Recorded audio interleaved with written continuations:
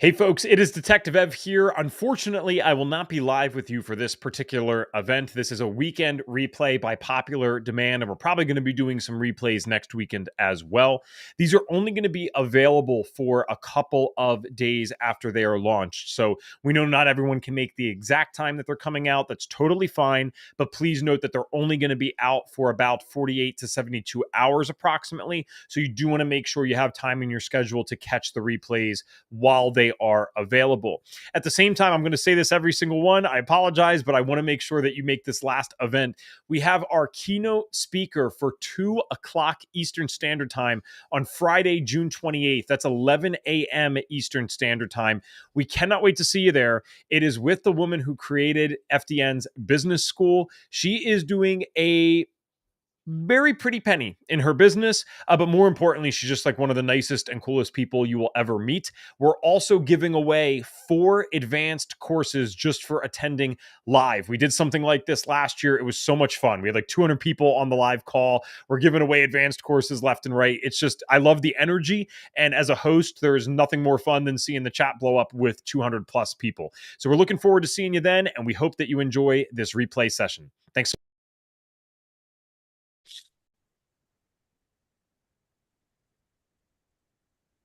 All right. Hello, everyone coming in. We'll give it a second as we're loading up here.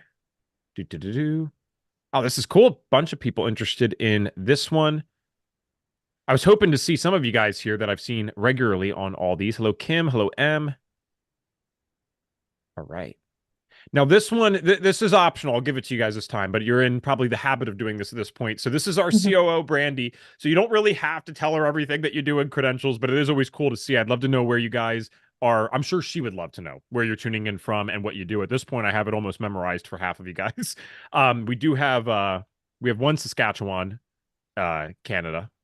Brandy, you'll be happy to know that. So, which kind of gives this away, but I'd love to know. So where are you tuning in from, Brandy?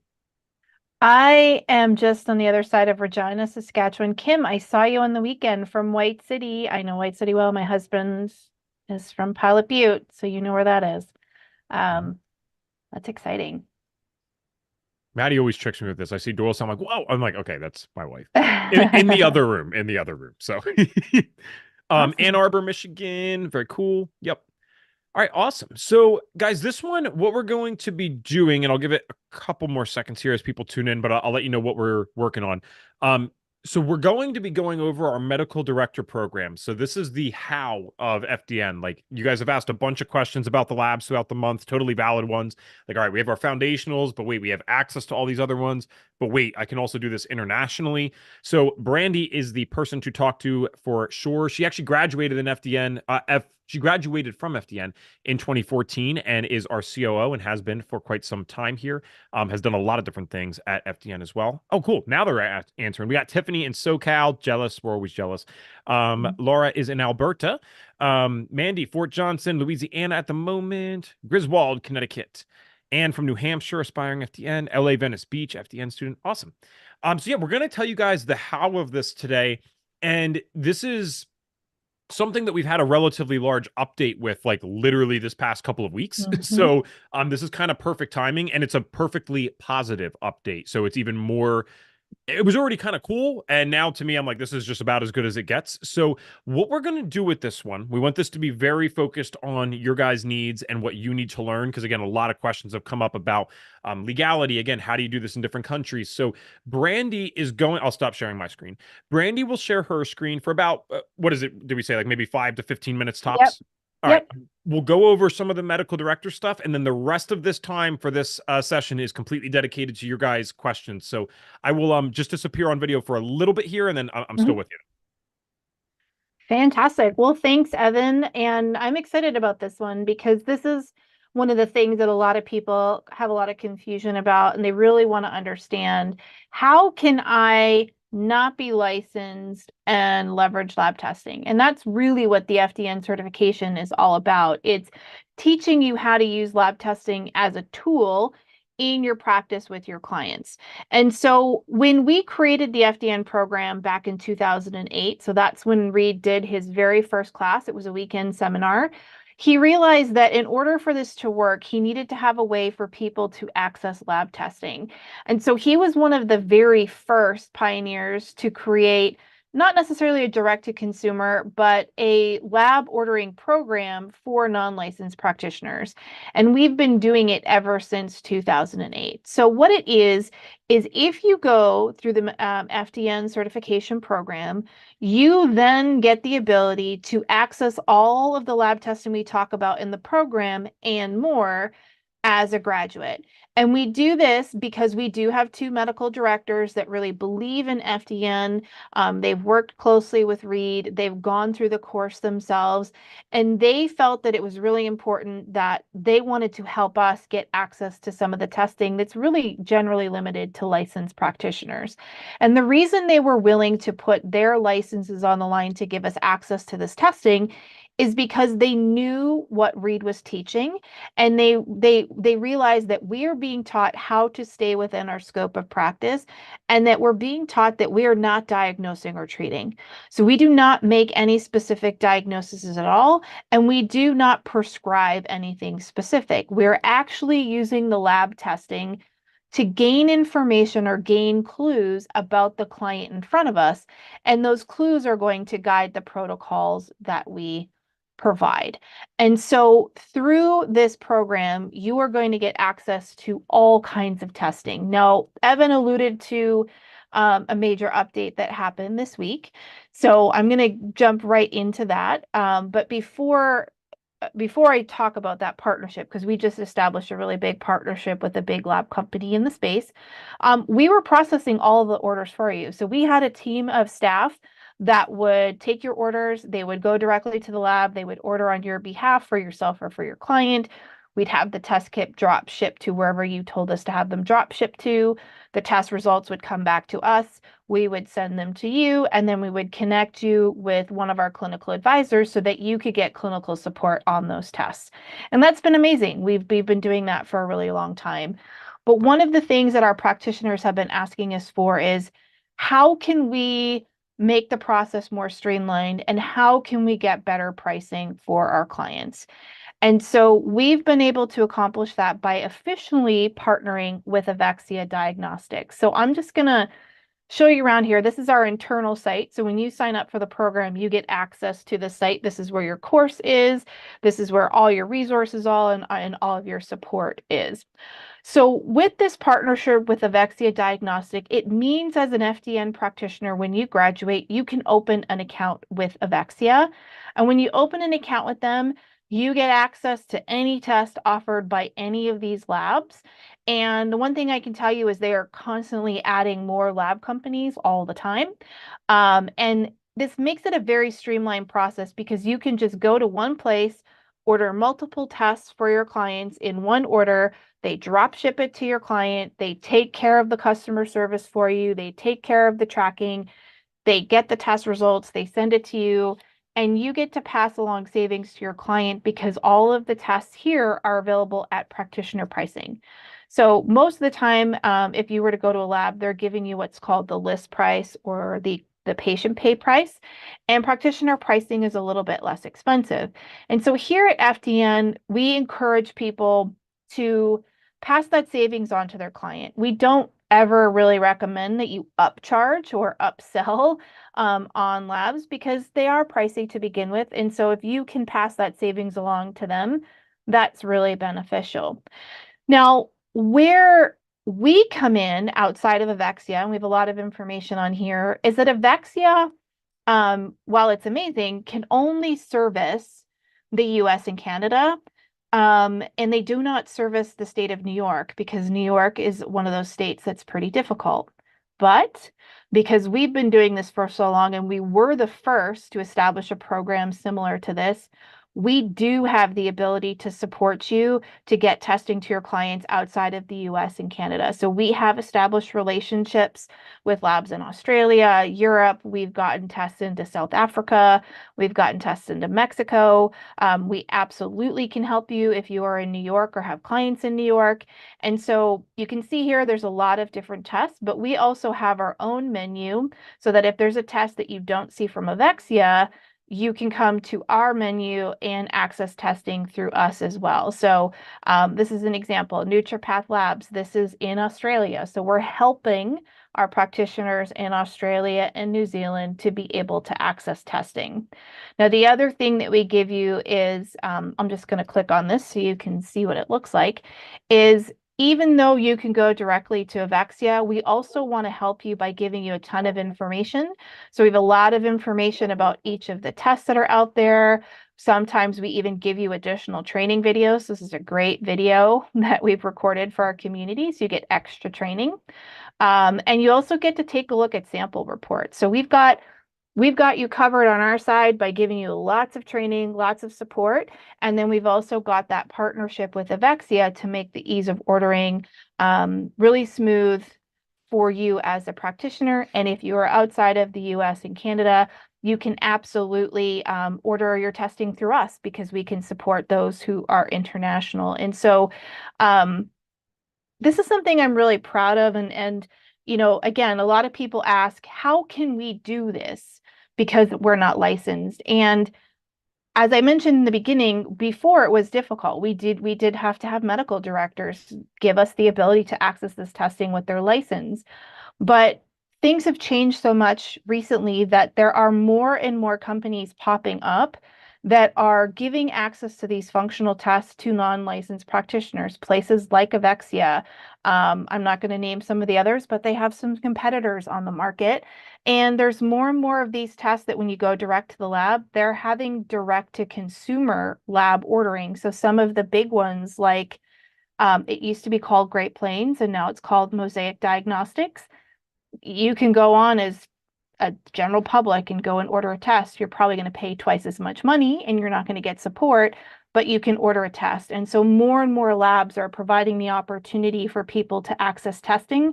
We're just making it even better because we're training you, we're providing clinical support, and we're helping you to get the best price possible for yourself and for your clients. So I'm going to unshare my screen because I'm sure, and I haven't been watching the chat, but Evan, I'm sure there's probably a lot of questions that are popping up. And I want to make sure that we answer all of your questions about the lab ordering process so that you can really understand and feel comfortable and confident that it's not going to be complicated and that you're going to easily be able to implement this into your practice. Or if you're building a new practice, you're going to be able to integrate it easily. So I'm going to unshare, and I'm sure we've got questions. So I'm happy to start answering those. Sure. So guys, yeah, this is your time. While you have it, definitely ask the question. So Cyrus said, how about countries in Asia? Yes, absolutely. So we do have, as I mentioned, we have a partnership with NutriPath Labs in Australia, and they have a distributor in Asia. So we do have some practitioners who are in Asia that are able to get access to testing. So NutriPath services New Zealand, Australia, and they do have a distributor in Asia, and we haven't had any issues with them. So that's not a problem. And just to be clear, I think this is something always worth specifying, Brandy, because you're the one who taught me this. We can get labs almost anywhere, right? Yeah. Like there's certain very select countries that you probably wouldn't be watching this if you live there or service clients there, but like they might not be able to send a sample back out. But like in terms of what we actually work with regularly, I mean, it's a lot of countries that can take these and then ship it back out, correct? Yeah, so we can get an empty kit pretty much into any country in the world. There's a small handful, and it's always changing, where it's not getting the kit, it's whether or not customs or the borders in that country will allow the specimen out of the country. But it's very few. Like most places in the world, we can get kits too. So I'm seeing a question about where would clients send their tests back to if they live in Europe. We have a partnership with Nordic Labs. They are European. So we would help you order tests from Nordic Labs. They get the samples, so they get shipped back to Nordic, and then Nordic then has their partnerships with the labs, some of which are in the US. And they take care of the specimen shipping back to the particular testing labs. But we've built these partnerships because we want to make it really easy for you to be able to access testing regardless of where you are. Yep. Are the prices of tests adjusted to the particular countries or geographical economic zones? Um, Not particularly, yes and no. So like I'll give you a couple examples. So for Canada, for instance, let's just talk about the GI map stool Mhm. test. So when you order the test in the US, it's a certain price. Now with Diagnostic Solutions, when they ship their test kits out, they include prepaid FedEx shipping back to their lab. And so that's at a cost to them. So the cost of the test to Canada is going to be a little bit more expensive because it's cost more to ship via FedEx. So it's not necessarily that there's a wide range in the actual cost of the test. It's more about the shipping. So very similar with Nordic Labs. They have very similar pricing on most of the tests. Again, it's just the shipping is what's going to vary depending on the country that you live in. Yep. In the actual Q&A section, we have something from someone also named Brandy. Any concerns about this getting regulated given Big Pharma is likely very against this? No, and again, we've been doing this for so long, and one of the things that Reed Davis, our founder, prides himself on is he's very much involved in advocacy work. So I'm not sure if Evan shared this with the people here, but Reed was actually in environmental law before doing nutrition, and so it was important to him to when we were doing this work that we are staying within our scope, and he's always up to date on what's going on with legislation. So I cannot remember their name right now, but we partner with a couple of advocacy groups who fight on our behalf, essentially, Mhm. and on behalf of the Nutritional Therapy Association and dietitians. And so they lobby and they keep us up to date on what's going on. And from what we've seen, this industry has exploded so much. It's going to be very difficult for them to close it down. If there was any plans in the works, the Avexias of the world and their competitors would not have invested as much as they have Mhm. to start up a lab ordering company, so to speak. And there's more and more of them coming on the stage. So that's not something that we're concerned about or foresee in the future. And hopefully that makes you feel better. Like we are always up to date and like making sure we're staying relevant in the world of advocacy and what's going on with legislation. I wish I remembered the name too. This I know for sure though. Whatever or whoever I guess Reed is involved with, that team was part of the team that was fighting in the US when they were trying to ban 5-HTP and melatonin. Like I don't know if you guys Yep. even there's stuff happening behind the scenes that you guys don't even know about, right? And I'm sure myself too, but it's like there Mhm. was a huge thing with this 2 years ago, and there's people out there fighting for our rights saying you can't tell someone they can't take melatonin. This is ridiculous, you know? So yeah, you want to be ahead on that. And I always kind of make a joke. It's not really funny, but if we ever got to the point where we really couldn't do this, we have much bigger problems than just the labs that you're worried about. There's some serious overreach going on then. Yeah, and I actually want to that's a great point, and I want to mention that because about a year after I graduated, there wasn't a lot of options for labs. We had one lab we work with, BioHealth Laboratories, and they shut down two of their tests, and these were two foundational tests, and everybody thought the sky was falling, and we're like, oh my gosh, we can't do FDN, we don't have these tests. The reality is, if tests went away tomorrow, what we are taught in the FDN course is still extremely valuable and is still going to get results because what we learned is we learned to look at the person sitting in front of us. We learned to really understand what the intake form means. And we also learn how to coach them in the different areas of lifestyle that are going to have the biggest change. So if tests went away tomorrow, which I do not foresee, we still have tools to make massive change. And you would be surprised. These are not cookie cutter, like do this and do that every other coach is saying. Like we have really good clinical correlation skills and really good skills of understanding who the person is in front of us. And that's what we really try to teach you so that you feel empowered and you don't just have to rely on the lab testing. Because there may be a situation where you have somebody you want to help and they just can't afford the testing. But guess what? You can help them with other things without it to start. Yes, next question. This is we'll do a quick one just for our US based listeners today or attendees. What about labs in red states?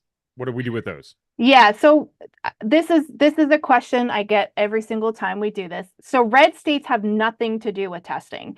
What red states have to do, it's related generally to dietetics in that state or registered nutritionists and or insurance. So red, yellow, green states are whether or not you are legislated against prescribing specific diets. We don't fall within that. We do not do meal planning. We do not prescribe any diets. And if you are in a red state, you're more legislated of like what you can and can't say about diet. And this is where you would use language like, and we teach you this in the course. In the past, clients like yourself had benefited from potentially an autoimmune paleo diet. Here's some resources for you to go and look at it, and you can decide if it's right for you.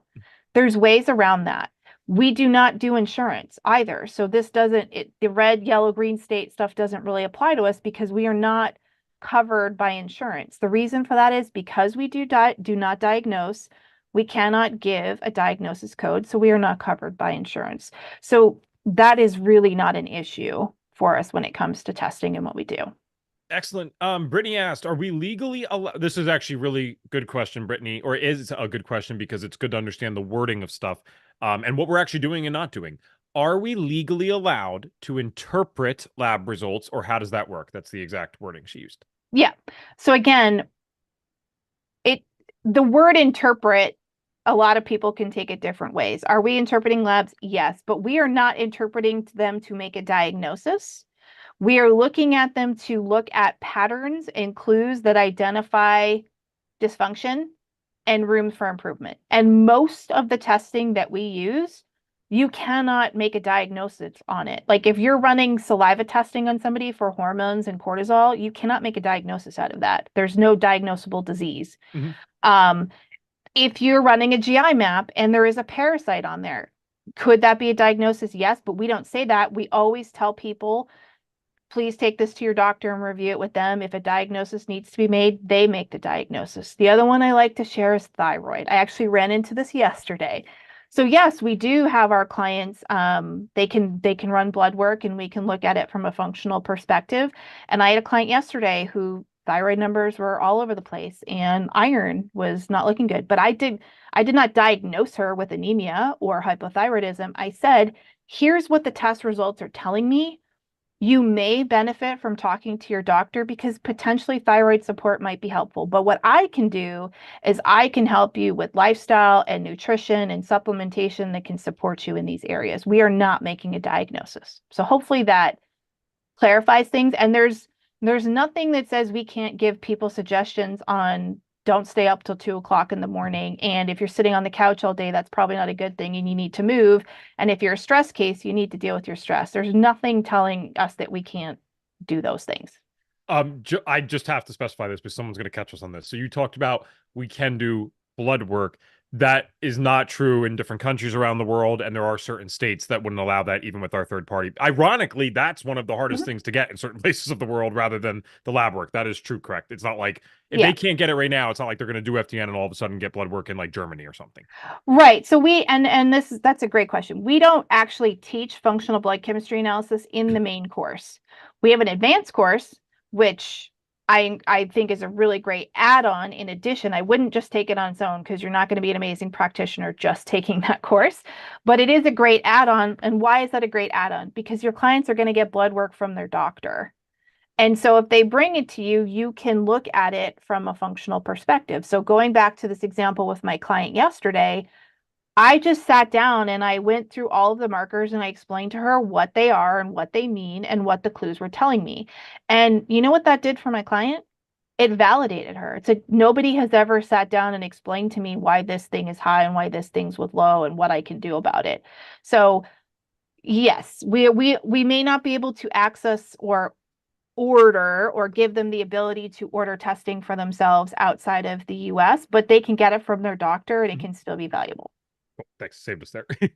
Cyrus asked, how does it work with specialized tests that aren't the typical blood panels? For example, tests specific to cancer, such as Galleri, or I feel like this looks like the word Paris. I don't know if I'm pronouncing that wrong. Would we use the same website or go directly to company websites? I guess as I'm reading this, I'm realizing this might be similar to what we just answered. So apologies. Yeah, I mean, as FDN practitioners, we're probably not going to be diving into cancer testing. That you want to leave that to the licensed professionals who can make the diagnosis and give recommendations. We are here to support them behind the scenes. So FDN practitioners fill in that gap that doctors just don't have time to do. Like even functional medicine doctors, if you've ever been to one, they're very limited on time. And oftentimes, functional medicine doctors have health coaches or other practitioners on their team that can do the in between, like explain how things are going, help them with protocols, motivate them, to follow through. So that's where we are, and it's important to understand what we do and don't do. And so I mean, I would just be straight and say, I would not be as an FDN practitioner being go run cancer screening tests. That's not my scope. That's not our scope. You want to leave that to the professionals. We are using tests that are kind of identifying some dysfunction that's happening before somebody actually gets a diagnosed disease, if that makes sense. Yep. Do we have a list of available labs? So we do not share our list, but you are free to go to Avexia Diagnostics. They have a list of all the labs they have available. And since you're able to get accounts with them as a practitioner, you can see what's available to them. Okay. Otto said, with FDN being big on packaging services, please explain how you can still extend practitioners' lab fees to your client. Good question, Otto. Someone's paying attention. Yeah. So you would include the cost of the labs in your package. So we do not do one-off sessions with our clients. What we would do is we typically do a package of, I mean, I do 4 to 6 months. Some people do 90 days. But you would include the cost of the tests in your package. So your package is going to include the cost for your coaching, the cost of the labs, and then if you want to bake in any other administrative fees, so I'm just going to put a plug here for our clinical advisors because you never know when you might need help. And so I always bake in a couple, maybe $100, $150 into my package of I may want to book a session with one of the FDN clinical advisors to get some help. You include that and then you present it to your client and say, to work with me today, it's going to cost, I'll just give my price, $49.97. That's 6 months of coaching, and it includes all the testing. And here's all the testing that it includes. Awesome. I'll go, Em, I see yours. I'll go to that in just a second. I just want to look that up to make sure I don't misspeak. Okay, what about EU countries? I'm interested in Poland, for example. Their economy will not align with Western prices yet. Are you partnering with labs that offer the same tests with other than Western economic zones are open to expand? Okay, so this was the same person that asked about pricing for different countries. So I guess fundamentally the question is, are we partnering with someone that is going to have labs that are cheaper than the ones that we have now? I wouldn't say they're cheaper, but like Nordic Labs offers testings in Europe and you don't pay in US funds, you pay in euros with Nordic Labs. So that's another barrier for some people. It's like, well, if I have to do the conversion to US funds, it ends up being more. We have a similar situation here in Canada and we have a similar situation in Australia that if you have to change everything into US funds, it becomes expensive. And so the Australian will charge in Australian dollars in Canada. We actually, one of our partner labs is Canadian. So the beauty for me is I can charge in Canadian funds for those. And then Nordic Labs charges in euros. So it's a little bit more comparable. If you're looking for testing that's, maybe this is a bigger conversation, but if you are looking for testing that's like cheap, and I saw this question come up, so actually I'm going to address that now. Okay. To run the 5 foundational labs we teach in the course, and I will stress, it's important to get all the clues. If you are a detective and you're going to a crime scene, do you want one piece of evidence or do you want all the pieces of evidence? You want all the pieces of evidence because if you have all the pieces, you're going to solve the crime. It's the same as testing. If you just run one test, you're not going to get results because you only have one piece of information. So to run all 5 foundational labs, it's roughly about $1,000. So keep that in mind. We can't expect to work with people and them come and say, I want to work with you, but I only want to spend $150 on testing. It's unfortunately not it's the same situation they have when they go to their doctor. They're not going to get results. I know that's hard for some people because we desperately want to help everybody, but here's the reality. If they invest, they're going to be more successful because they're going to put the work in to get better. And if somebody wants it bad enough, they will find a way. Even me being in Canada and we have socialized healthcare, you would think nobody's going to pay for testing because everything's covered by our healthcare. There are people that I work with that are willing to pay the price because they've gotten the runaround. They're on 6-month waiting lists for specialists. They've gone to naturopaths. They've gone to 5 different doctors and they're not getting help. And they're ready to pay what they've got to pay to get better. So I don't know if that Right. answers your question, but I hope that provides context that, there's just some things we can't reduce the cost of lab testing in some instances. It's necessary to actually get results for people sometimes.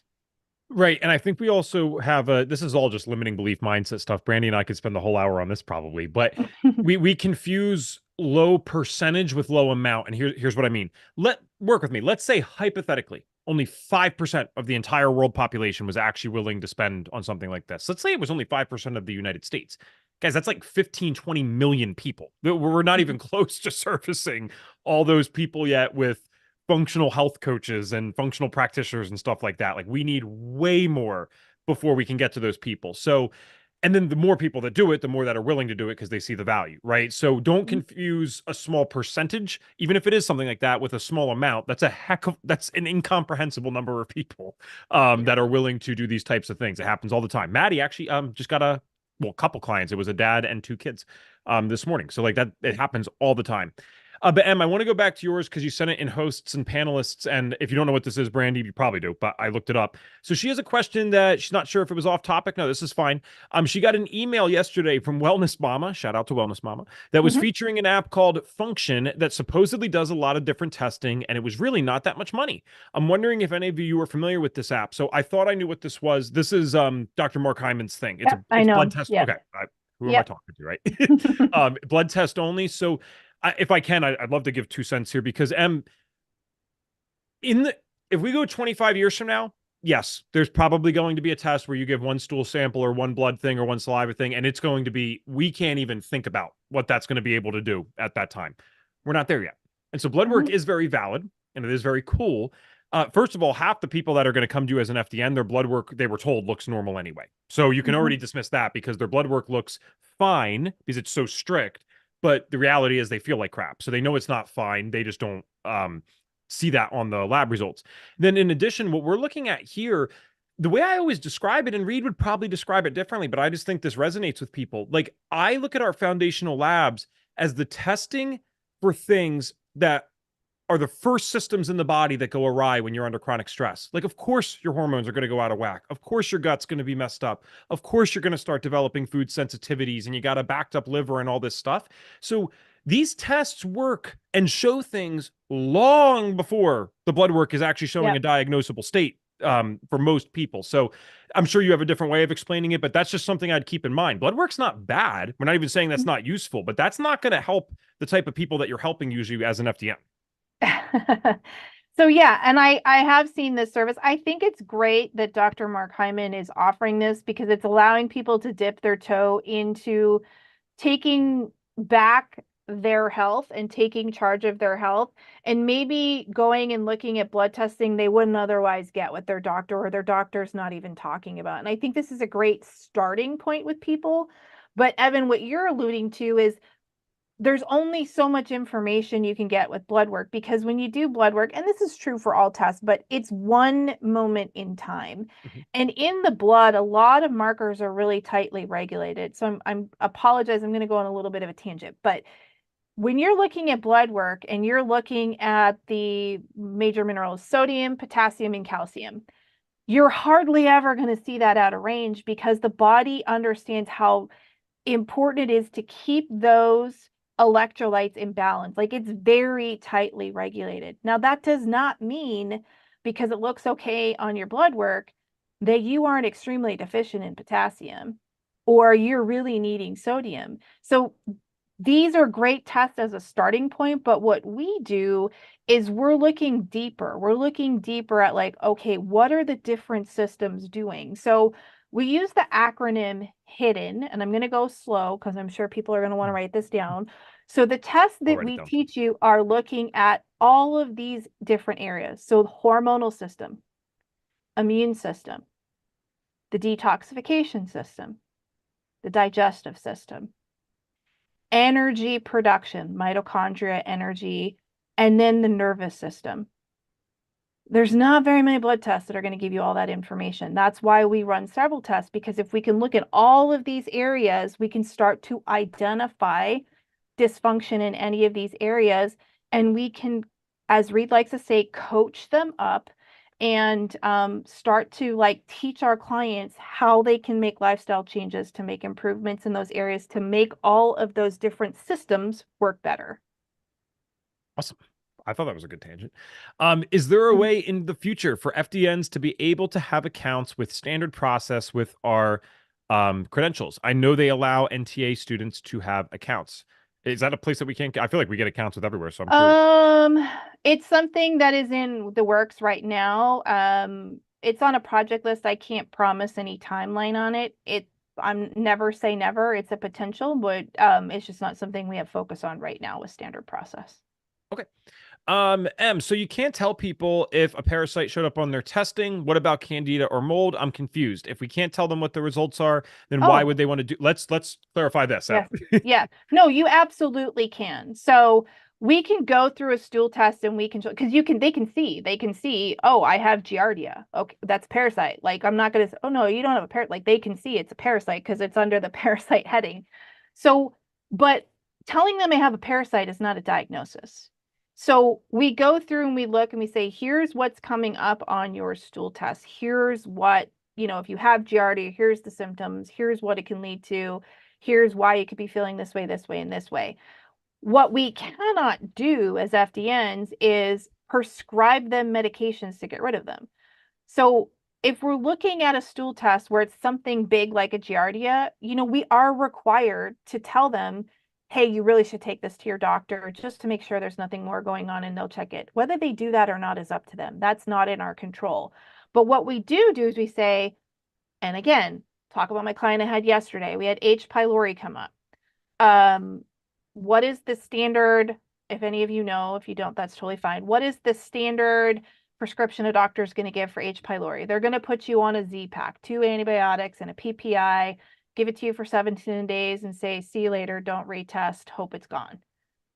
They can do that, but what I said is you definitely have the choice to go to your doctor. I want you to share this with them.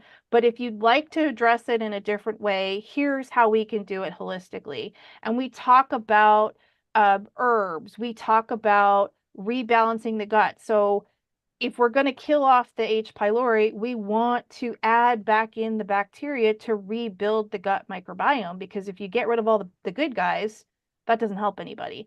So we take a different approach. Yes, we help them address the pathogen, but then we help them with rebuilding the gut, and we put the bacteria back in, we rebuild the gut lining, we teach them the foods that work.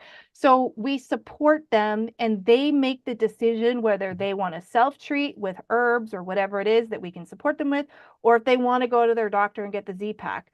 I'm going to support my client either way, but we have to give them that option because we are not licensed, and they can choose what they want to do. So hopefully that clarifies things. And I don't know, Ev, if you wanted to add anything else. It's just, I think it's a good lesson for being a practitioner anyway. Like, this isn't just cute disclaimers that we're putting on. Like, Brandy actually means that. Like, if your client says, yeah, this just scared the crap out of me, they might not even understand that people have parasites, guys. They might think that's like a third world country thing, and that's not the case at all. That's just a stupid stereotype. Like, when they realize that, they can get scared, and they might be like, yeah, I want to go do this with an antiparasitic at the doctor. You got to respect that, and you work with them through that process. Thank God you're there with them, because if they take these medications and don't have anyone helping them afterwards, that can really mess them up. You'll get them good. They'll be fine. So yes, not only will you be able to tell them that, you're going to learn about those things extensively, minus the mold. We don't touch on that too much in the main course. Candida and parasites, you're going to learn more than you would ever have cared to know in the FDN course. And one thing I wanted to actually mention is we do have like a doctor notification template letter that we give you, so that if your doctor wants to go, if your client wants to go to their doctor, they take this letter with them. And it kind of explains like, hey, I was working with a health coach. We're working on my health. This test got run. Here's what came up. Because I can't give you all the verbiage, but it helps them go to their doctor with this letter. Their doctors are more receptive. And we also absolutely, every single practitioner, FDN practitioner, we require them to have their client sign a terms of service agreement before you start working with them. And that terms of service agreement clearly states We are not doctors. We are not licensed. We do not diagnose or treat. Please go to your doctor and talk to them before making any changes about with anything that we talk to you about. We are providing education and self-treatment options. It's in their court to decide to whether to do that or not. And if they decide to go with their doctor, support them through the process. And the reason I brought up H. pylori is because when I was going through the course, I had H. pylori and I had 3 kids under 2. My husband was doing a trade apprenticeship, was not making very much money. I wasn't working. I couldn't afford the pathogen protocol at the time. I wish I could, but I didn't. So I did go to the doctor and I got the Z-Pak. And I learned very quickly, they just wrote me the prescription, didn't ask me to come back, didn't retest. It didn't work and it decimated my gut. And that experience I bring in with my clients and I say, here's the choice. If you go to your doctor, that's great. But how about if you do that part of it? We're going to work together on the probiotics, on the retesting, on rebuilding the gut, and you support them where they are. So just make sure that you're, you don't want to admonish people. Like you want to support them. That's what we're here for. We're educating them. Yeah, not to give a master class on H. pylori, but you guys should look up the study. This is not my opinion. You should look up the studies on how effective antibiotics are for that anyway. It's not what you'd want it to be. Michael's got this. Could you please discuss the specifics of which tests through the medical director program, Avexia, etc., are permissible in New York, New Jersey, Rhode Island, and Maryland? From preliminary reading, I think those are the states that have a problem with functional and directly accessing tests. So you are right that there's some nuance there, but thankfully, it's not really a big deal for us. Can we talk about why that is? Yes. So Avexia does not service New York, Rhode Island, New Jersey. FDN does. So we can get the Dutch test there. We can get the GI map in New York. We can get all of the tests from Fluids IQ, which somebody had asked me that, what's the lab in Canada? It's Fluids IQ. They have salivary cortisol and hormone testing. They have dry blood mucosal barrier testing, so zonulin, histamine. And they also do, we call it the metabolic wellness profile, which is looking at liver detoxification and oxidative stress. All of those can be done in New York. For food sensitivity testing, we are partnered with KBMO Labs. They can ship dry blood spot testing for food sensitivities to New York. For organic acids, even though it's not one of the tests we teach in the course, but we have an advanced course on and we can give you support with our clinical advisors, there is an organic acid test available in New York through Genova. I'm trying to think of, there's a couple of others. So if you have some specifics, you can maybe put your email down and one of our course enrollment advisors can reach out to you and answer more specific questions about other tests outside of those ones. But we're able to get those to you through the medical director program because we have a way. And I don't think Maryland is an issue with Avexia. I just saw that come up in the chat. I think Maryland's fine. There's no issues. It's one of those ones that has like 1 or 2 things. Like it's not a big deal. And guys, the reason I know this is actually from personal experience. I told you guys I'm in Pennsylvania. If I drive 5 minutes down the road, I'm in Jersey, and about an hour away is New York. And so I've had clients that are in these states, and it's like it's a minor inconvenience, like maybe 5% more time than you'd spend normally, and that's probably even rich. Maybe it's like 1%. So it's not a big deal. Thankfully. If I ever run for president, I think that's the bipartisan thing I'm going to run on. Can we all agree that we should have access to our own tests? I think that would hopefully be everyone is agreement is something that everyone's in agreement on. What's the name of the lab in Canada? Yep, Fluids IQ. They're based out of Montreal. Did you just say the 5 foundational labs are around $1,000 USD? Yes, we did. Sorry, these are a little delayed because we had a lot of questions. Wow, it was like 12 minutes ago. I'm sorry. But yes, we did. Kimberly, so have the lab reviews with advisors that were built into the lab prices under the medical director program now been replaced by appointment-based consults with lab advisors as needed? In other words, are result review sessions with advisors still free or charged as requested by appointment now? Okay, so good question. This is an FDN practitioner for those of you who are not. So before we partnered with Avexia, we did charge a fee for every test that you ordered, but it included a 30-minute consult with one of our clinical advising team. So now that we've partnered with Avexia, if you are ordering testing through Avexia and you want a clinical consult, you'd have to purchase that. And we have lots of different, we have 30, 60, 90-minute case review sessions available. So you purchase that. If you order, let's say you're in New York and you have to order through the medical director program, you still will get the consult because we still do have our fee. It covers our medical directors, it covers our admin staff, and it covers that 30-minute consultation. So hopefully that answers that question for you. But our clinical advisors for the practitioners on here, they're not going anywhere. We're actually highlighting their value. I have been an FDN practitioner since 2014, and I still do clinical advisor sessions. I did one last week and I learned a lot. So very Always. valuable. I mean, Yeah. imagine having access to someone that, I mean, you've already spent time training, right? You're in FDN, you've learned a lot. You probably do this on the side, still studying. It's like these people literally look at labs all day long for a living, and all of them usually have their own practices. So they're in the trenches too, doing this stuff. It's like, it's amazing the insights you get from them. They love it too. They absolutely love it. Otto asked, how much does your MDP charge for all 5 foundational labs ordered together? So I'm only asking this one, Brandy, because I feel like this clarifies something. It's not like MDP is not charging you for, it's not like, oh, it's $200 to order 5 foundational labs together. The cost that we listed is the cost that's accurate. Yeah, it's pretty accurate. So having said that, if I don't know the exact price for Vexi, it's probably a little bit less than $1,000 now. So the price that I quote you is what it would have been had you ordered through the medical director program. So, and keep in mind, you do not pay for a test until the lab has received the sample and processed it. So when you're ordering testing, you aren't like paying for all the tests up front. They charge you when they receive the samples and they process it. Correct. Cool question from Camilla here. Doesn't have to be answered now. We're going to answer now. But would also like to understand if labs in South Africa can do these tests, or do the samples have to be sent to the States or Europe? And it's funny because I know that we've had people in South Africa. I don't know where they get sent though. Yes, so they do generally have to be sent for Europe. Again, interesting fact. We have been in talks with somebody. They don't process labs, but they're kind of like a lab distributor similar to Nordic Labs and other things like Avexia. They are a distributor in South Africa, and his daughter is actually currently going through the course right now, and we're in talks to try to make more lab testing accessible in South Africa, but right now it is going through our partners in Europe.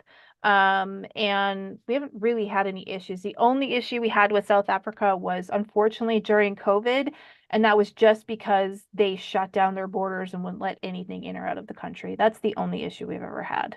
This is the kind There. of stuff that's always happening behind the scenes here at FTN. I swear we're fighting for you guys. So, really cool. And all right, if infection is strong, can the doctor and antibiotics eliminate infection better alongside dress? Oh, question answered. Laura said question answered. So she, Yeah, and I will put a caveat. It depends. It really depends. Like everybody's different. How they react to things is different. And we learned that as FDNs. Like for, a treatment might work for one person and not work for somebody else. It really depends on the person. yep. Right. Also, my question above on the state's testing restrictions, what additional limitations, abilities, changes would apply if we, the practitioner, either resides in those 4 other states or the business? Okay, that nothing matters for you if you reside in the state. Nothing different about what we just In said. terms of testing, now I cannot answer questions about like LLCs, legalities, or anything like that, but we have several practitioners in New York, New Jersey. I think I don't know all of it, so please take what I'm saying with a grain of salt. I think really it's like it's a restriction in those states that it's like limiting a doctor that has a license in that state to order like I think that's the limitation. But if you have a way around that, or well, actually, let me take a step back because this is how I used to explain New York. So there are 3 different ways labs are going to work with New York. They're either going to say, nope, absolutely not. I'm not taking the risk. I don't want to pay extra. I'm not going to send lab tests there, and I'm not going to receive lab tests there, because every single lab has to get an extra license in order to manage testing in New York. There's other labs that will say, yes, I will ship a kit to New York. Not a problem. I cannot accept a sample that's postmarked in New York, but if you drive over the border and you put it in a box in Pennsylvania, Is that even close to New York? I don't know my It geography. does I'm border New sorry. York at one point, yes. So if you drive over the border and send it back from Pennsylvania and it's postmarked Pennsylvania, no problem. We'll process it. And then there's the labs who do pay that extra, and I believe KBMO and some of these other ones are one of them, where they've paid the extra to allow lab tests to be shipped and to be received from New York. Mhm. So, but any other thing related to like business, I can't really answer that, but testing is pretty straightforward. And I don't know if there's any restrictions with supplements. I'm not aware enough about supplement legislation in New York. That one, the supplements aren't not yet a problem down here, and thankfully we've actually, again, you guys don't see all the stuff behind the scenes unless you're paying attention to it. We've won a lot of fights with. There's a reason that you can still go get melatonin and 5-HTP, and it's because we've won certain things. So, it's we're good. Cyrus said, and I think I'm asking this question or repeating Cyrus's question because I think this will be a good answer to help people understand a broader thing of FDN. So he said, just curious, what is an example of a supplement name for each of the 5 main tests should a deficiency be found? And I think if we answer this question, it kind of shows like, well, it's not that straightforward with us. We're not just looking at a deficiency and treating it with a supplement. Yeah, I don't even know how I would answer that question because it depends. It really depends on, I mean, I can give you some examples, but it's going to be so different depending on each person, depending on what comes up. So, I don't even know how I Well, I want got to an answer answer. I that, mean, Ev. I would just reframe it, Cyrus. So this is what I would say. It's like your question is valid, but if you're an Absolutely, yeah. FDN, you'd understand, okay, this is not necessarily relevant to us. And here's why. Just like we're not lab loyal per se, we're not supplement loyal at FDN. No. These are tools for us. So our team goes out and says, what's the best for this in this case for this person? And so we have access to all the supplements you could ever imagine. I always make a joke that if like, as long as you're not like 100 years old, you're going to live long enough that the supplement discounts that you save are going to be worth your investment in the tuition. Like Yeah. legitimately, my mom and I have saved enough on supplements at this point to justify the course. But with that said, that's not how we're thinking about it. When we look at these labs and we're making what we call clinical correlation. So, an example, H. pylori, right? Brandy was bringing that up. So, someone could have H. pylori. In fact, a lot of people do on tests, but it doesn't necessarily clinically correlate to the person. An easy, low hanging fruit example of that would be, okay, hey, I have stomach ulcers every single year and I end up in the hospital because of it. Okay, well, even Western medicine recognizes that H. pylori can be a very large causal factor in stomach ulcers. So that's clinical correlation. That's when we might look at, okay, well, what can we do to really support this person with that? But we're not looking at things in terms of a deficiency or too much. We might use supplements to support in the moment, but really what we're always doing is we're trying to get this person's body back under little enough stress that the body can win what it always tries to do. And what it's always trying to do is keep you healthy. That's why when you get a cut on your finger, that heals. You don't have to tell it to do anything. No supplements needed, right? But an 80-year-old heals a lot differently than an 8-year-old, right? So what we're trying to do is kind of get you back to that younger vital reserve or the more fruitful vital reserve. So supplements are just a tool. They're not something that we say, okay, you're deficient in this, Mr. or Mrs. So-and-so, you're going to need this for 50 years. I'm hoping I'm saying something half decent here. Yeah, absolutely. And the other thing I was going to add, like, here's another example of cortisol, one marker, okay, one test. So if the cortisol is high or the cortisol is low, we're not thinking, okay, I got to give them something to lower the cortisol, or I have to give them something to raise the cortisol. Instead, we're going, why is it high?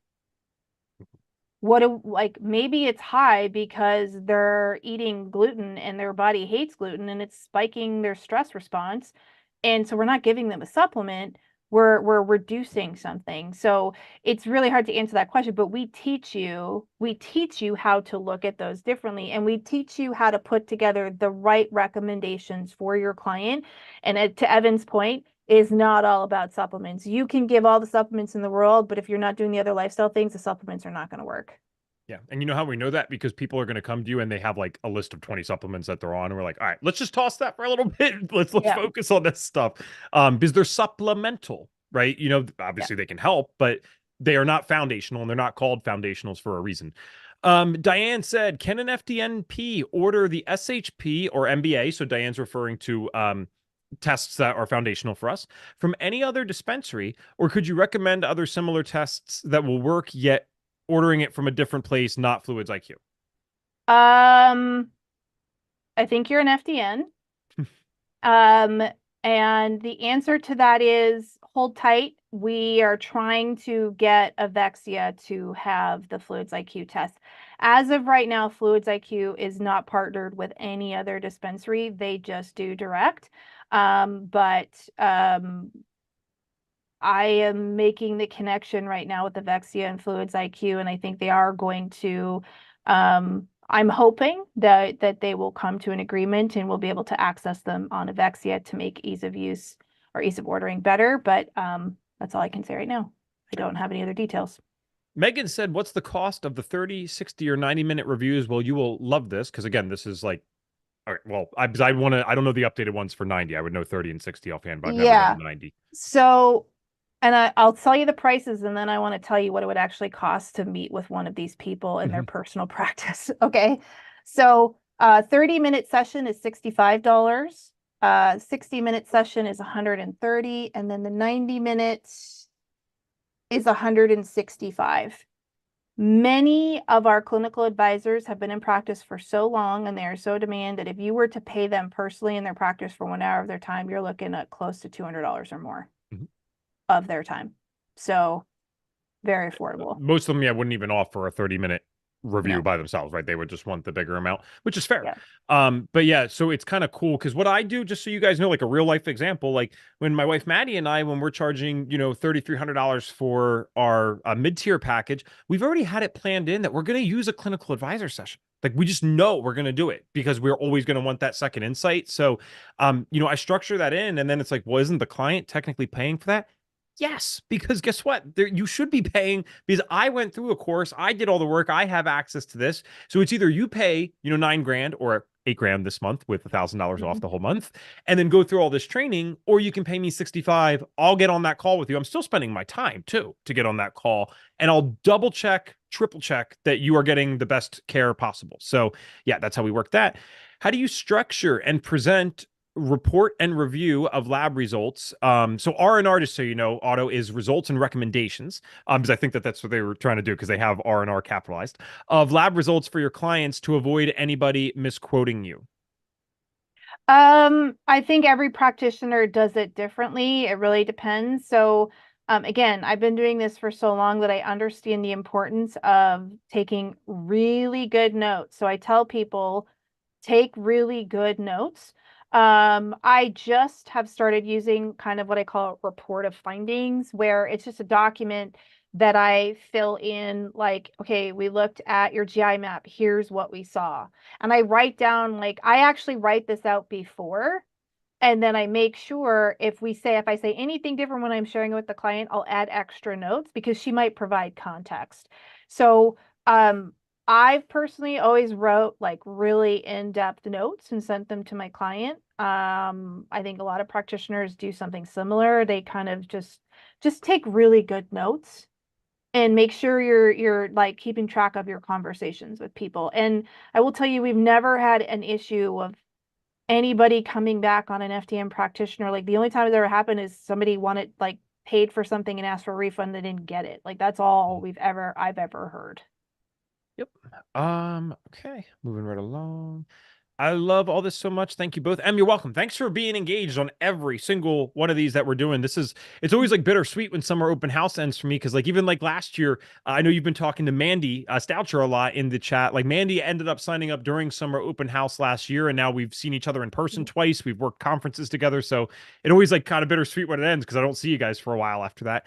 All right, Melissa said, what do the letters after FDN mean? FDNP is FDN practitioner. Yes, functional diagnostic nutrition practitioner or funniest, most distinguished, notable person. They told me that's what it meant for a while. Then I found out it only meant the first thing. Cassandra said, that's my understanding, Melissa. Yep. Okay, Michael. So with the medical director program, would an FDNP or the client be paying a per kit fee up front that would be in addition to wholesale pricing of functional kits we'd pass on to the clients? What other fees are present without the optional clinical advisor fees you just named? Good question. So if you are ordering through our medical director program and not going to Avexia, there is I'm going to say $65 because that's what most people do. There's a $65 fee per test at the time of order. And that fee includes a 30-minute clinical advisor session. There are no other fees, with the exception of if there may be shipping fees. So if your client is overseas, we have no control over what the lab's going to charge to ship the kit to your client. For example, hair tissue mineral analysis, we do offer that through our medical director program. The lab will not drop ship. So we actually stock those and ship those for you. So there is a shipping fee on that, but that's on the page. So if you're looking at it, we tell you there is a $8 shipping fee for that kit. So those are the only other fees. Now, if you're ordering through Avexia, from what my understanding, the only fee they charge you is $10 per kit. And that's one of the lowest prices actually in the industry. And that's, again, their service fee to be able to process everything for you. Okay, cool. All right, sorry, I was typing something out to someone. The challenge that I had with Avexia is that my clients had to drive to a LabCorp drawing station, and the closest one is an hour away. Well, you will not have to worry about that with FDN because our foundational labs don't include blood draws, except in the USA, our food sensitivity test, and they don't do LabCorp anyway. They have like these really cool deals with little hospitals and smaller labs sometimes. Like literally in my town, which is not a big town at all, it's Doylestown, Pennsylvania. Doylestown Hospital has a deal with the place, and we send people over there all the time to get the draw there. So they don't even do that with LabCorp. So you are good to go, Margaret. Everything else I is think they have mobile phlebotomy too. That's true. Yes. Yeah. Yes. Is there a time frame to test from Australia to get test results back? This is a great question, and I'm gonna give this caveat, not just Australia, it's any lab. So the time frame from when the lab, like when you collect your sample to when you get results, is going to vary widely. So here's the expectation you want to give your clients. It's going to take anywhere from 14 to 21 business days. Now that's from the day that the lab receives the sample. Oftentimes you're going to get the test results probably in 7 days. But I always tell my clients, do not expect test results for at least 14 to 21 business days from the day that the lab receives the sample. So I always tell my clients, keep your tracking number so they can track it themselves and see when it's received at the lab. And the reason I tell them that is you never know when there could be a delay. We've had issues where a lab just got inundated or their machine broke down or anything can happen. And what that also builds in is it builds you in buffer time that when you get the test results, you could do a clinical advisor consult if you choose to, and then you're ready to present the results. So give your people a good buffer so that you don't feel overwhelmed and they're not messaging you every single day. Are my test results in? Are my test results in? Are my test results in? There's nothing worse than that. So set the expectations up front. Right. So it would be 65 per kit or 65 off one time signing off of however many kits they charge. Per kit. This is so great. Thank you. Could you please go over the tests that we do? Okay, so there is a lot, and they're like wondering, is it finger prick, all that stuff. So we actually do a lot of things. We're taking a good amount. So you have the GI map, which is a stool test, and we're looking at, your gut function. We're looking at whether you have parasites or fungi and all that fun stuff. And then we have a few foundational labs through Fluids IQ. So one of them is the SHP. And Cassandra, I believe you were on the other day when we were with Elizabeth. I think it was just yesterday. All these are blending in now, Brandy. There's like 2 or 3 of these a day. But the SHP, that's what we were going over. So that's the stress and hormones profile, salivary hormone test. We have the MBA, which I always say is not a business degree, right? It helps you remember it. It's the mucosal barrier assessment. So I kind of look at that as almost like dotting the I's and crossing the T's. It's the only thing that you maybe don't get fully from the GI map. So you can cover the rest of the leaky gut stuff with the MBA. That's finger prick. And then what else am I missing off the top of my head? Oh, and I put it in wrong. The metabolic wellness profile is dried urine. So yeah, I'll correct that, but I'm putting it in the chat here for you guys. Yes, MRT is the food sensitivity test that we prefer in the US. That is a blood draw, the only blood draw foundational lab. Any other country, and honestly, if it's just out of preference, you don't have to do a blood draw with that. There are finger prick options available in almost any country you can imagine, and certainly in the US. Okay, our clinical advisor sessions conducted via virtual meeting or phone. I actually think if I'm not mistaken, nowadays you have a preference for both. I typically, I do the phone a lot at this point, but they're good looking people. You can do virtual as well. Yeah, they give you the option for both. Yeah.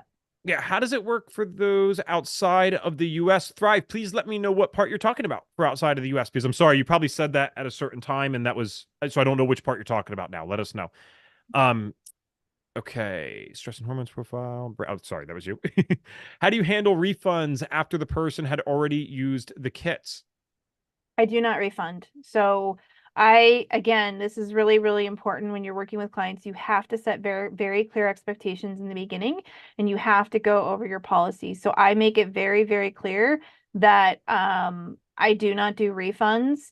Um, I will only do a partial refund in the first like 15 days, kind of a buyer remorse, because at that point they probably haven't used the test. But if they use the test kit, they have to pay for it. So I just do not, I don't do it. I've never refunded anybody because I just make it very clear from the very beginning.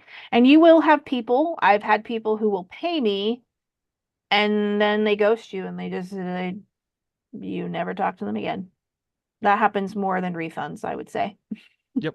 And listen, just you guys got to decide what's right for you. Like we actually, full transparency, Maddie and I have a client right now. She was super excited. She came into our in-person business. So she got very excited, all hyped up, and she paid for the labs and the consultation. And we're both sitting here like, well, what do we do? Like, this is personal. So you don't have to do this because we don't offer refunds either, but this is personal. I mean, she won't even answer, right? And so certainly we're not going to spend the money that she gave us for the labs.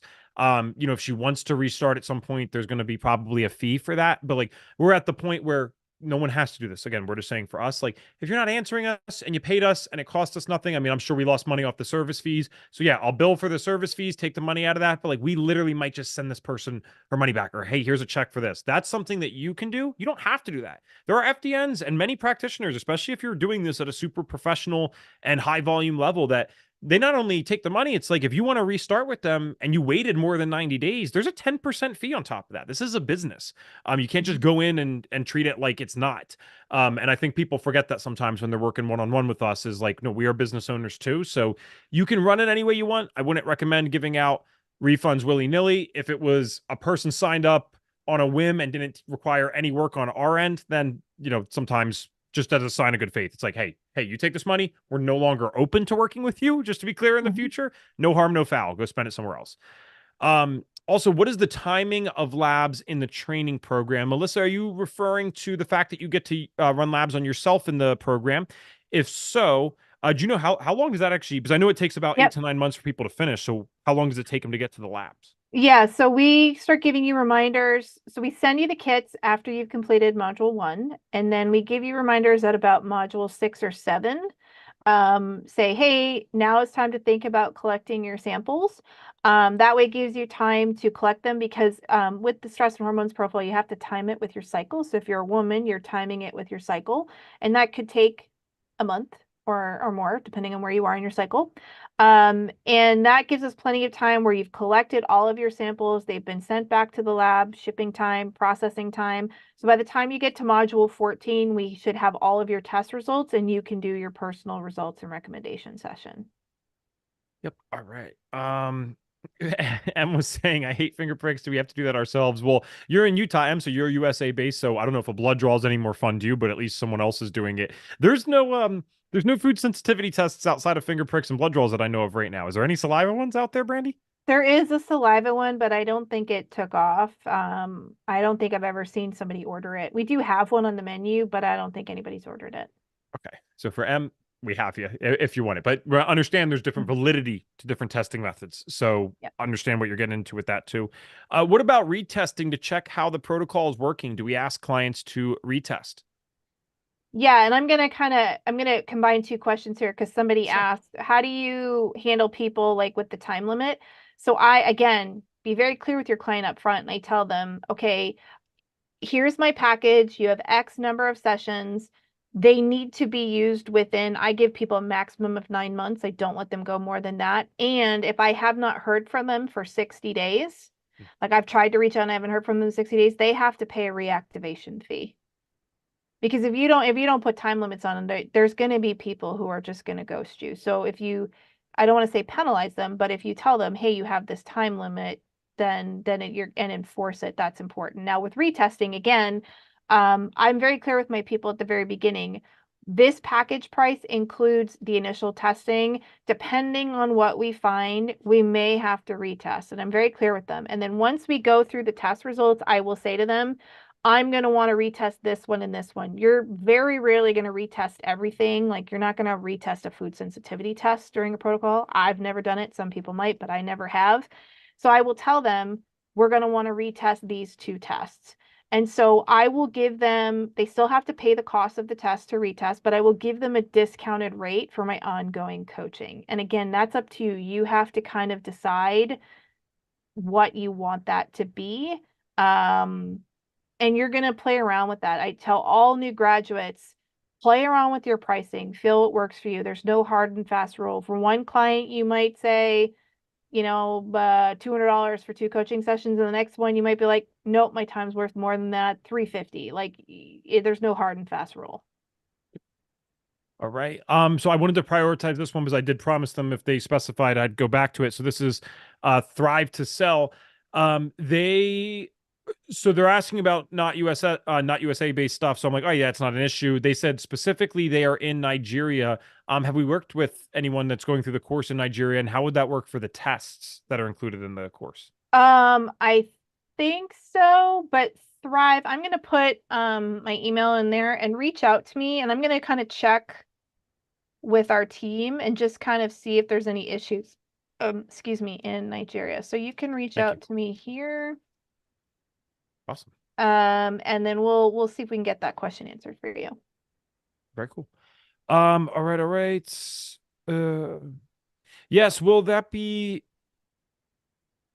impacted if we are moving around, or can we just bring with us and send anywhere? Will we know in advance so we can plan where to send? I guess, Melissa, you mean you're moving around, and where do we send the tests to? Yeah, it depends. So if you enroll in the course and you're in the US, and when we ship you the kits, you're in the US, we're sending you kits that have return addresses in the US. If you go to Europe, we're going to have to send you different tests because they're not going to be the same, or we're going to have to work with you to get the proper shipping labels to get back to the lab. So we've done it, like we have done it in the past. You just want to make sure you're really communicative with our support team so we can make sure we get you the right kits depending on where you're going to be when you collect your sample. So we have team members overseas, and they are like, oh, I'm going to be in the US for like 2 weeks. Can you send me some kits? And we'll like send them kits to the hotel, and then we tell them, okay, get them done in the 2 weeks that you're here. So like we can work with you on it. Fantastic. Is the retest included in your original fees? I gotta, if you don't mind. So with this one, because I don't want Brandy to kill me, but there's taught FDN, and then there's what happens in reality. And you should do taught FDN, but Reed is very big in the course on retesting. I will be honest, and I think Brandy, you could back me on this one. It's like a lot of the time, because the fee's not included is the bottom line. And you could do that, but now your package, yes, I mean, you're adding another $1,000 on. So if you want to be technically, someone could do that. I guess I've never really thought that through, but now there's sessions for the retesting too. So I do not include retesting in my sessions. It is a very rare day that someone retests. And frankly, the only time we really do retest is if they work with me, if they were 100% sick beforehand, and I know I'm like, hey, this is going to be a journey, right? Are you willing to take that with me? And they're like, yes. And now they're at 50% sick. Well, of course we're going to retest because that was already done. This is a bittersweet thing. I'm not saying we should do this, but it's not the worst thing in the world. Sometimes people feel so good. They're like, oh yeah, I don't want to retest. Now you should do that for due diligence sake. All the money and time in the world, that would be perfect. But then again, in reality, like I don't want people to be discouraged afterwards if they're like, no one's retesting. It's like, yeah, I don't have a lot of that in my practice. And Brandy, maybe I'm doing it wrong. Maybe you have way more. And no, every practitioner is different. So again, yes, in an agile world, they're going to retest everything. I probably only ever retest the stool test because if there's parasites, I want to make sure we got rid of them. And when I was working with clients with infertility, we did retest their hormones, but I don't retest a lot of other things unless there's something really big and we really want to see if we've made progress. Yeah, and we would have specified that beforehand. And honestly, if you want to do your due diligence, just tell them always, hey, I know you're going to feel good at one point. I'm really excited for that. It's really smart to retest then. And now you've done everything, right? So if they didn't retest and in 6 months they're coming back to you, you said that we should have retested. So we always advise it to be clear, but what happens in reality is like, no, I feel so good. I'm good to go. And I'm like, again, bittersweet. Mhm. Okay. Moving on here. Answer this question if timing is okay. Yeah, I certainly will. A previous speaker, Amber Sullivan, mentioned courses programs she created. Does FDN teach students the course creation process? And if yes, at what stage? That would not be in the normal FDN course. That would be in our business school. We do talk about Mhm. that to some degree, how to create your own stuff. So the business school, I haven't talked about that enough on Summer Open House. It's like, who should take business school? To me, business school is a very good choice for people who either do not have any business experience or you're not currently taking any clients. If I just make this number up roughly, but I think this is fair to say, as much as I love our business school, if you already have a large clientele that's relevant to something like FDN and you're doing like 75K a year, the chances are you're pretty experienced in business. Yes, you could learn something from it, but you probably got this. If you're the person that's going to leave a job, a 9 to 5 for the first time in your life, or you're like, you know what, I've been a health coach for 5 years. I've taken like 10 clients and they all had the same last name as me because they're all family. That might be the time to consider something like the business school. So what's cool about it is an A to Z guide. No one goes through this and says, oh, I didn't get what I needed. Like, it is just doing the work and watching the modules created by an FDN for FDNs. So not theory, not something she used to do, someone that actively makes multiple six figures doing this as an FDN. So it's really cool. And it's normally $3,000 if you bought it after you graduated, but it's $1,500 if you buy it up front, and it can be put into the payment plans and divided out. So when you get $1,000 off for Summer Open House, and if you already know you need the business school, just add it in, man. You won't even feel anything on the payment side, and that is an invaluable asset to people who feel like they need help with the business side. So how'd I do? Did I pitch it well enough? Yeah, yeah, it's great. That's awesome. All right. Um, Okay, that was a private message. Keep on moving. All right. Does food sensitivity test reveals do they reveal levels low high with different foods? Yes, they do. Most do, at least, especially the ones that we teach. They'll tell you some are a little more vague, where it's more like green, yellow, red, and then others will have like some nuance within the color coded. I find that most are color coded. I don't really know if I've seen any that aren't using colors to some degree. Have you Yeah, most of them are like a color scale. Yeah, Yeah. green is good, yellow's caution, red is bad. Yeah, food sensitivity tests are amazing for compliance, by the way. We are all Yes. just like big kids. So when we see red bad, it's like amazing how many people who swore they were never going to give up that food were like, okay, well, it's red. I can't do that. It's kind of funny. So, Michael, could clients living in New York or elsewhere simply use a virtual mailing address or that of a neighbor to receive kits and still ship out from their New York home, usually, or would that present challenges? Neighbor as in a legal state like Connecticut or something. Um, there's a way around it. I don't want to go too into detail. There have been some practitioners who have been known to say, send me your kits and I'll ship it for you. That's all I'll say. I think that's the right way to say it. We're not recommending it. Has it happened? It might have happened. Yes, Michael. Yeah. Um, all right. Do you have to pay for the biz school separately? Okay, so I kind of was already on this, I guess. So, no, you don't have to pay for it separately. It can be put right into the payment plans only when you buy it up front, though. So not only do you get the 50% off, but that's when the payment plans come. So remember, guys, we offer payment plans as far as 24 months. So what we can't do though is have you come after you graduate and then be like, yeah, I want to put business school now on a 24-month payment plan. That's crazy because it's so affordable. But yes, you can do that up front. So Mhm. very nice. Michael said, okay, that was the same thing. Sorry. Great answer. Thanks for taking that question. We do what we can. We do what we can. Looks like they have chilled out a little bit. Now, every time I say this, Brandy, 5 more come in. So I'll stall for half a second here. You know what I want to ask that hasn't been asked today? I think this is just good to understand the FDN philosophy. I always want people to get into this because they agree with the philosophy, ideally. You know, we just talked about how we have access to all these labs. You're showing us the medical director program. We're partnered with Avexia, and yet we teach 5 foundationals in the course. So why do we teach 5 and yet have access to seemingly unlimited amounts of labs?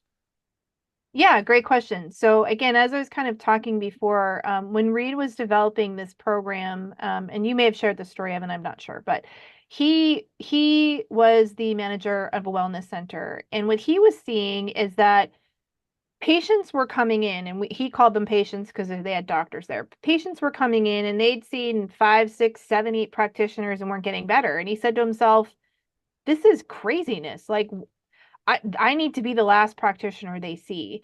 So his experience in that wellness center gave him the ability to run all kinds of tests. And what he realized is if he ran a foundational set of tests, he could get as much information as possible to start with. And these were building up the foundations. And so that's what we teach is the foundations. And it was those areas we talked about: hormone, immune, digestion, detoxification, energy production, nervous system. Now, having said that, if you run the foundations, most people are going to get better. Are they going to get 50 or 80%? It depends on the person.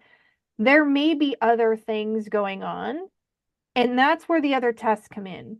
So you may start with somebody and like maybe they have a mold issue, or maybe they have a heavy metal issue, or maybe they have a thyroid issue. And so we can test for those as an adjunct. But the important thing to understand is you're not going to go with somebody who's really sick and just start detoxing mold. If their adrenals are shot, if their gut's a mess, if they have parasites, if they are not sleeping, like you want to get them at a better baseline first. And that's what the foundational testing does before you jump into something like mold detox or heavy metal detox or even mineral balancing. I see this a lot. Everybody wants to start with mineral balancing. And for some people, that's too much, especially if they're not detoxifying or their energy system is off. Like you want to get them stable first, and then you can do those other things. And so if we were to teach you all of the tests, this program would be 3 years. It'd be 3 times the price. Like there's so much information. And so that's why we've created the advanced courses to kind of give you additional training. But that's also why we created our postgraduate membership, because we wanted a way, and our practitioners were asking for this, we wanted a way to continue to support and educate our practitioners with ongoing education. And so in that postgraduate membership, which I don't know if we've talked about them, but it's $33 a month. I mean, for what we give you, it's so cheap because you're getting all kinds of ongoing clinical training and all kinds of business support and business training. And so we will continue to support you. And there's lots of free trainings that we give you as practitioners. Like you want to learn about the Dutch test. We've got a bunch of free resources on the Dutch test. You want to learn about blood chemistry. We've got a lot of recordings on that. So that's why we start with the ones that we start with. And there's more tests on the menu so that you can dig deeper if you want to, but you have to start with the foundations.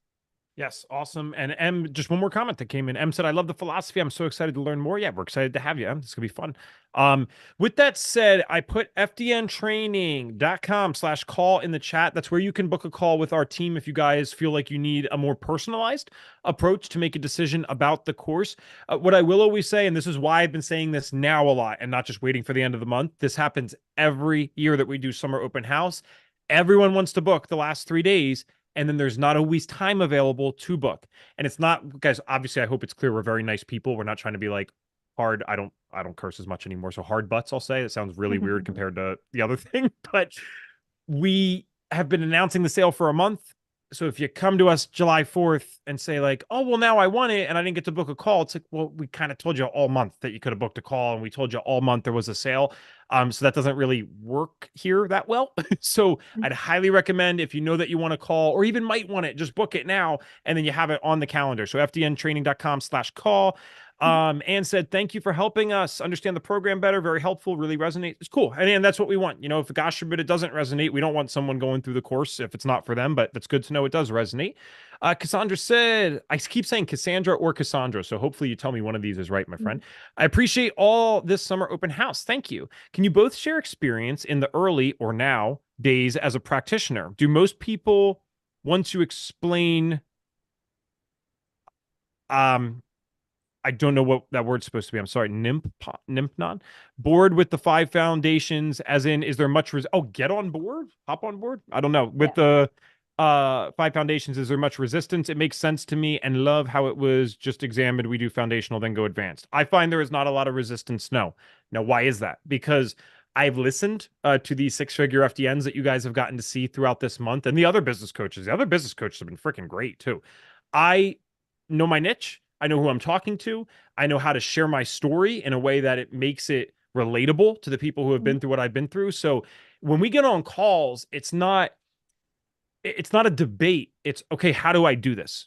right? Oh, it's Mhm. 5 labs? Cool. If I told them it was 3, they would have said yes. If I told them it was 10, they might have thought that was a little ridiculous at first. But if I told them that's what it took to get to where I got to, they're just like, okay, let's get that figured out. So I do not find a lot of resistance, no, but I think that's a marketing skill as opposed to anything else. What do you find, Brandy? Yeah, and I'm going to add my take to that. I agree with marketing, but I also think it's a confidence Sure, sure. skill. So, um, I did have resistance in the beginning because I didn't confidently go into those calls and like be really confident in my knowledge and what I did. Like I didn't know who my niche was. I'm a mom. I want to help everybody. But let me tell you, it took 2 clients for me to realize, nope, 5 foundational labs, that's all I'm doing. This is how much I charge and this is how what I do. And I've had people say to me, I love this. I can't afford it right now. I'll come back. And people have come back a year later because they saved up for it. Yes. What I did with my first 2 clients, and I apologize to them now, I let them dictate what we did. And I ran one test on my first client. And did she get results? Absolutely not, because I didn't have the information. And so, you have to stay firm and you have to be okay with people saying, I can't afford it. But if you're passionate and confident in what it can do for them, they will come back. And you have to charge what you're worth. I cannot say that enough. Again, even though I said 5 foundational labs, I probably took me like 10 clients before I actually sat down and calculated and realized the amount of time I was spending. And because I charged so little, I was making like $12 an hour by taking into account admin time, ordering time, taking my notes, sitting in front of them. I was like, I invested so many hours into this training that I'm worth more than that. And I will not charge less than what it's Mhm. worth. And they will find the money to do it if they want to get Yep. success. The way that you can always think about it too, because most of us have had health issues here, right? That's how we get Mhm. into this kind of stuff. So we relate to it. Like, and not that I'm not saying ever guarantee something to someone with health. That's illegal anyway. But let's say that you knew in your head, right? You had a certain health issue again. Hopefully you guys are overcoming them now, but let's say you still have them and you knew it was guaranteed you could get rid of it, how much would you pay? And for most of us, I mean, those numbers are tens of thousands, if not hundreds of thousands, depending on the condition. If you're terminally ill, there's no limit on what you'd pay, right? Now, you're not going to be working with many terminally ill people at FTN, but anything in between, it's like, if you asked me how much would I have paid, how much would I have signed off for to get rid of cystic acne, I would have said $50,000. I'd be like, give me a student loan just like the rest of my friends are taking out for college. I'll sign that right now to get rid of this. What I'm saying this for is you need to figure out in your head, because again, you can't say, hi, client, I guarantee your acne is going to be gone. That's not ethical to do. But if I know in the back of my head, because I did the due diligence on the discovery call and I'm hearing the right things, I'm like, oh my gosh, I know I can help this person. So I know this internally. Then all I need to ask is how much do I need to charge to make sure I can show up as my best for this person? Because when they're 6 months down the road, they're not going to give a crap how much they spent with me because I got them the results that they came for. So that's always a way to think about it too, is like, Yeah. if you know in the back of your head the results that you can get this person, for a lot of people, the money thing's not even a big deal. It's can how much do you need to charge to show up as your best self? Anything less, you're doing yourself and them a disservice. Yeah. We got a few thank yous. That's always nice. Thank you guys. Um, well done. Great review. And even for a grad, great review and updates. That's awesome. Later. Thanks. Diane said, so the last day to sign up is July 3rd. No, the last day to sign up is the end of June, June 30th. Summer open house is June only. I'm saying, please do not reach out to us on July at any time for the discount. And definitely don't do it now because now they're going to yell at me because I said that on the thing. So no, June 30th. Great information. Do we have immediate access to the program once we sign up plus payment? Yes. So Yeah. once you sign up, like if you wanted to get started on it this weekend, you, even if we're, not staffed at the time, it could be 12 in the morning, although you shouldn't be up that late for your hormones. Within 10 minutes, you get all your login information, usually within 5, and you can get the course started immediately and start buffing it out. So Yep. awesome. Okay. Thank you. Thank you. I don't want you guys to think I'm ignoring the thank yous. I'm just trying to get through everything to make sure we get to questions if need be. Canada and USA, FDN grads. Okay.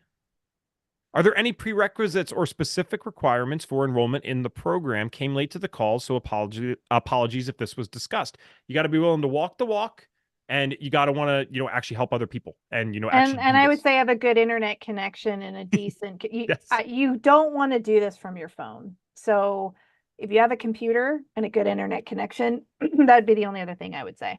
Yes, but technically, no, there are no prerequisites. I was a Yeah. health coach before this, and I didn't even need that. So, I Yeah. don't want you to think that doesn't mean that this program is not rigorous either. Like, I can't stress that enough. Like, you're going to be here to study, and it's worth it because then you have credibility afterwards. Yep. Okay. So you wouldn't start with client just with dress because they have a lot of lifestyle changes to make. You could. I mean, you could. There are practitioners that just do like, okay, 30 days of coaching and we're just working on lifestyle. I mean, that's you could do that. Um, that's not a bad idea. Like if you want to have two options because you want to help more people, you absolutely could. I did do that for actually a period of time, but my time is so valuable that I decided I need to just focus on the people who are willing to put in the work so I can show up for them. But you absolutely could just work on lifestyle and maybe coach them for 30 days. Yep.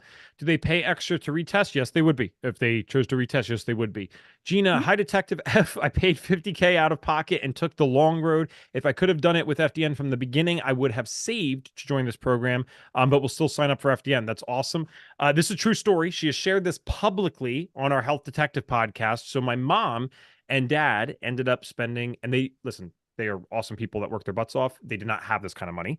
They spent over $100,000 on my mom's health. Now, I didn't know this when I was a kid that this was happening, but they told me that later. And then I had them work with an FDN. I actually had her work with Jen Maleka, who you guys saw earlier this month. And at the time, they paid Jen $5,000 to work with her for 9 months. And my mom, still to this day, someone who has had her thyroid removed by Western medicine, said that 5,000 was the best money that she's ever spent on her health, even though they spent $100,000 freaking dollars with good insurance, mind you, on her health otherwise. So yeah, you can't pay a price for prevention and actual help, like real help, right? That's going to help you get better long term. Would you say it is best practice to list the price in every little detail with various packages, so no question on affordability? That's a business question, and it is debated. What do you think, Brandy? I'll just whatever you say. I'll that's it. Um, I guess it depends. So if you're talking about on a website, I would say no, because if you do that, it doesn't give you the ability to change your prices. And in the very beginning, you're going to be playing around with your packaging pricing. But when you talk to somebody on a discovery call and you tell them what your price is, I do always follow up and I list out for them, this is what the price is and this is what it includes, so that they are very clear on what's included. Brandy, did you really believe me when I said I'm not going to say anything on this? Of course, I'm going to say something on it. Of course, you're going to say I'm the anything. Go for podcast it. guy, for God's sake. So, Michael, in my opinion, and again, if you talk to all the business people this month, they're going to say something different depending on their experience. I would say this is something that happens with time. So in the beginning, I wouldn't list it, right? Because people don't know your value yet. And, you have that opportunity then to have a real call with them and provide that value or show them what you can provide. And then they can make a decision based on value, not off price. Now, if you have, and I know you might not be able to picture your business like this yet, but this happens for people. If you have a 2-month wait list and now you're getting discovery calls and only 20% of them close, and you're wasting time on that because of price, then I would list the price until the wait list goes down just a little bit so that the discovery calls become more efficient. Anytime that's becoming an issue is when you want to think about it. Like FDN, we don't hide the price, right? It's a big investment for our program. It's for a very specific person, but that's because if we took the price away, we'd get 1,000 calls every single week, and we can't do that. So we want to make sure that the calls that we're getting are with people that are, the price is already considered. Right now, it's just, is this course a good fit for me? That's exactly what you'd want for your programs long term. So it's almost like the longer that you're doing it and the busier that you get, the more I would consider posting the price. Okay. What are your thoughts about a 19-year-old doing the course? No science background, but loves nutrition and chooses natural. I mean, you couldn't be on the call with a better person, could you? So most people don't know this because, well, I think I still look young, but I'm actually only 28. I did this course at 21 years old, which was cool at the time because it made me the youngest, and then some 18-year-old kicked my butt, so it sucks. Can't have anything here. But 19 years old, yes, 100% could do it. I think that would put them way ahead. And not to mention, we have a lot. Veda, who was just shouted out today by Lauren Glynn, who was on as one of her testimonials. Veda's like 2021. We just met recently, a couple months ago, or maybe a few months ago now. My wife and I and a couple other local FDNs, we met with Johanna Updike. She was 21 and just did the course. So 19 to 21, not a huge difference. Well, I guess it kind of is, but I think they're capable of doing the course for sure. What is dress again? Tara already put it in the chat. So diet, rest, exercise, stress reduction, and supplementation. Think about that as the lifestyle protocol side of what we do. And then the hidden acronym is the testing side of what we do. And then they go together, of course. How do you price your... I'm gonna do a plug here because you just said dress and Pam's messaging us. So if you guys want to learn more about the specifics of dress, we have a whole workshop that I did with Elizabeth Gaines on dress. And if you send us an email, I'll put it in the chat, fdninfo@afdnp.com. We will get you that workshop if it's going to help you understand more. So I'm just going to put that in the chat and you can reach out to us and we will gift that to you if you want to learn more about dress. How do you price your services when you just offer or just starting to offer, or when you just offer dress? Wow, that was not the question I thought it was. I don't know. I don't know a ton of people who just offer that without any labs. Although Jen Maleka, I think, did say on her session that she technically does offer that at the lowest end. Otto, these prices are very subjective to a degree. I mean, we can give general rules of thumb of what we think it's worth, but like, I will say this, and it sucks because Reed would kill me right now if he was here, but it's like, until you undercharge, you'll never charge the right amount. Until you really feel what it's like to give someone your all, and you're saying, oh my gosh, like Brandy, right? $12. Was that before tax too? Yeah. Before tax in Canada, you're really screwed. So it's like, but until you feel that, you're like, I know in my heart I gave more than this. That's when you'll know what to charge.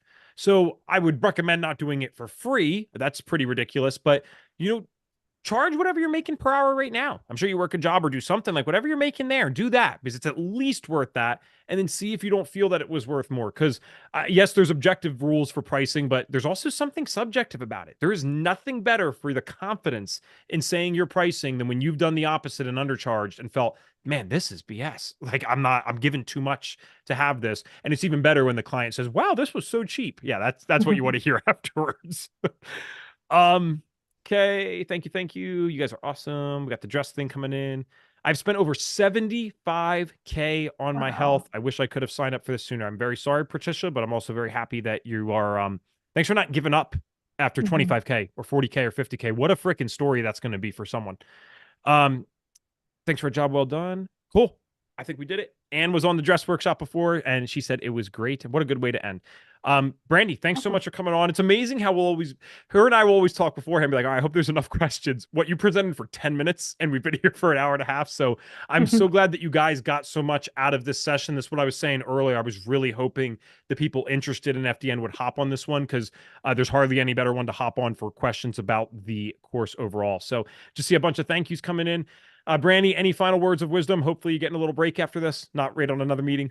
Yeah, no, I just appreciate everybody for being here and don't hesitate to reach out to our team. Like if you're hesitant, take advantage of that, book a call, and reach out to one of our team members so that they can answer those questions for you. We want to help you decide if this is right for you and help you take advantage of the sale that we have this month. So it's a great time to do it.